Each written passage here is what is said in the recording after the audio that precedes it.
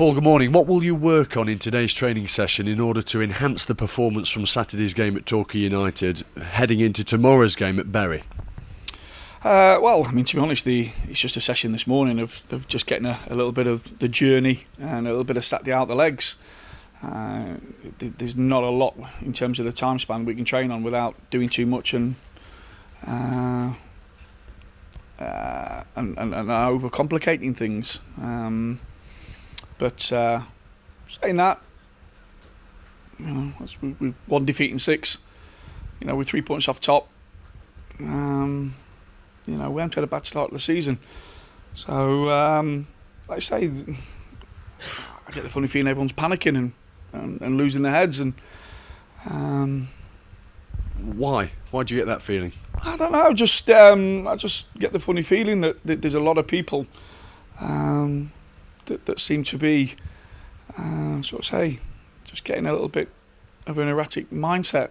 We've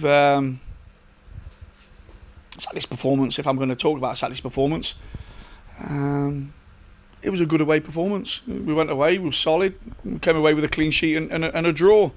I think if you'd looked at the fixtures at the beginning of the season, a lot of the supporters and a lot of people associated with the club would have probably said, that's one where you come away with a good point, and if you keep a clean sheet, brilliant.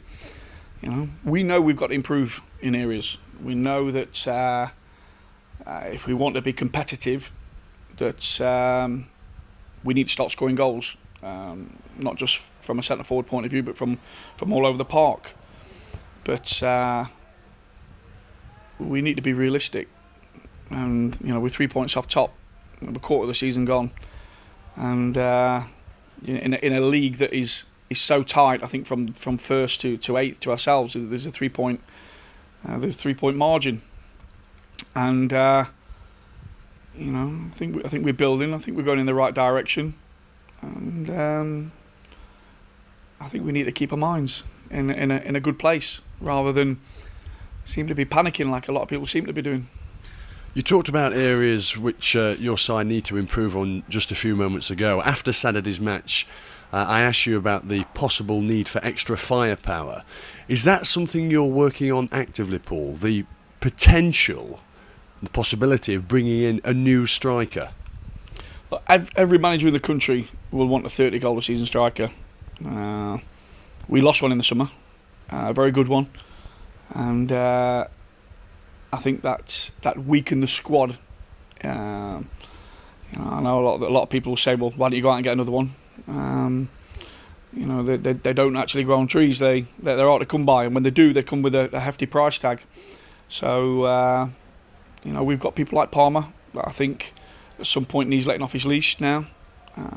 We've got players that I think are capable of not just playing at this level, but are being good players at this level. I think we've been a little bit of a